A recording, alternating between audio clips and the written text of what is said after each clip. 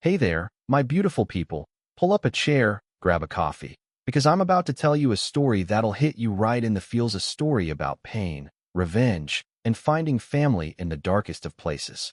Picture this, a glittering mansion in the heart of Chicago, chandeliers dripping with crystal, champagne flowing like water, and 200 of the city's richest folks laughing in their designer suits and gowns.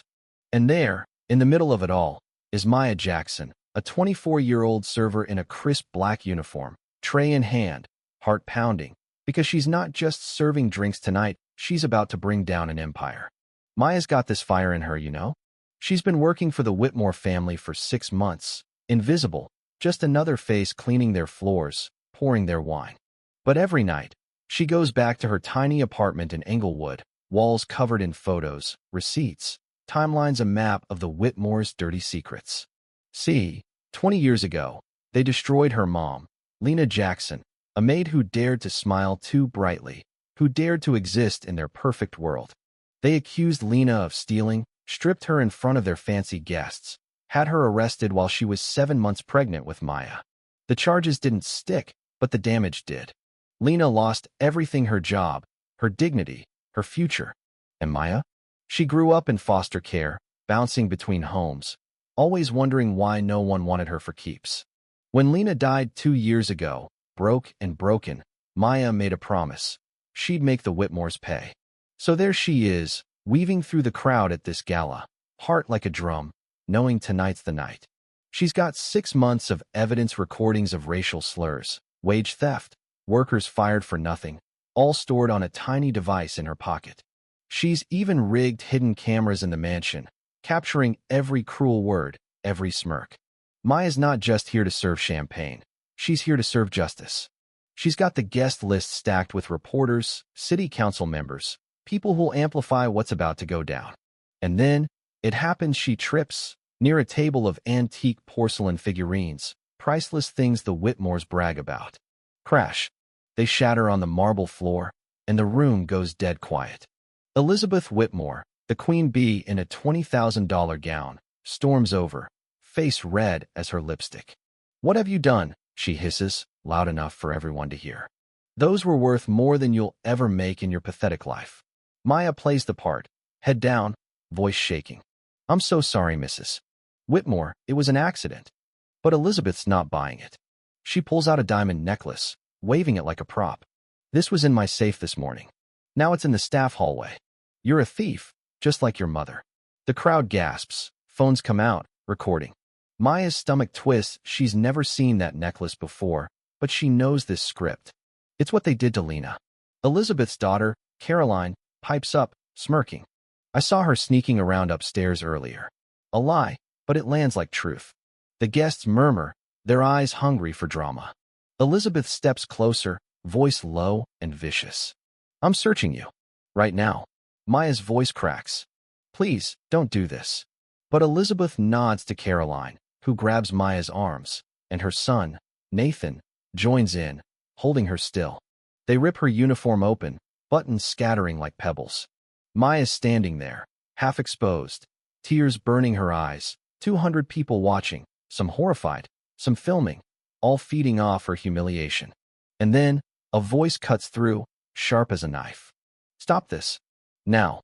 It's James Carter, a tall guy in his 50s, suit tailored but understated, face pale as a ghost.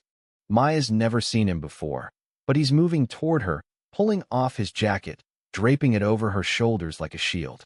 "Take your hands off her," he says, eyes locked on Elizabeth. The room freezes. Elizabeth laughs, but it's shaky. "Mr. Carter, this is a private matter." "She's a thief." James doesn't blink. "She's not a thief. And if you touch her again, I'll have you arrested." He turns to Maya, voice soft. "You okay?" She shakes her head, too stunned to speak. "Who is this guy?" Here's where it gets wild. James turns back to Elizabeth, his voice low, deadly. "That necklace? I see the price tag residue. You bought it today to frame her." The crowd murmurs louder. "And those figurines? Insured for triple their value by my company. You're not just cruel, you're sloppy." Elizabeth's face drains of color. James pulls out his phone. "I'm calling the police. Assault, battery, false imprisonment, we're just getting started." And then he drops the bomb.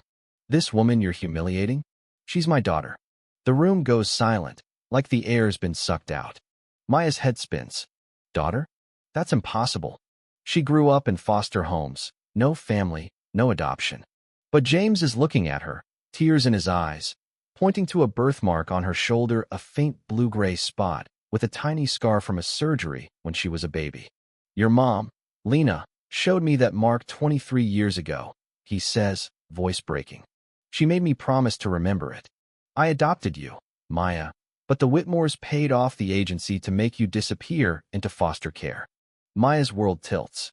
Lena had told her about giving her up, about wanting a better life for her, but never this. James pulls out a faded photo Lena in a hospital bed, holding newborn Maya, eyes red from crying but full of love. She wanted you to have everything, he says. And they took that from us both. Police flood the room, led by Detective Sarah Brooks, cuffs ready. Elizabeth sputters. This is outrageous. We're the victims. But Sarah's not having it. We've got video from 20 different phones. You assaulted this woman in front of 200 witnesses. As the Whitmores are led away, James reveals the kicker. He's been buying up their assets for 20 years, their mansion, their company, their trust funds.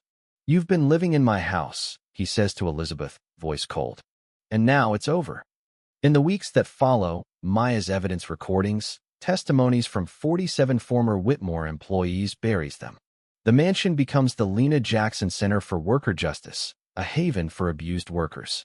Maya and James start rebuilding, slowly, awkwardly, over coffee and late-night talks. They're learning to be family, one day at a time. Lena's letters, left with a priest who knew her, show up in a box, full of love and sacrifice, proving she was never the thief Elizabeth claimed. The Whitmore's lies sparked a movement, with workers across the country coming forward, demanding change. But here's the thing, Maya still wonders if justice was enough. She got revenge, sure, but it didn't bring Lena back. It didn't erase the years she felt invisible. Was it worth reliving her mom's pain to get here? That's what keeps her up at night. So what do you think? Is justice worth the cost when it means facing your worst memories? Drop a comment. Share your take. Have you ever fought for what's right, even when it hurt? Hit that subscribe button. Share this with someone who needs to hear it. And check out the next story on your screen. It's going to blow your mind.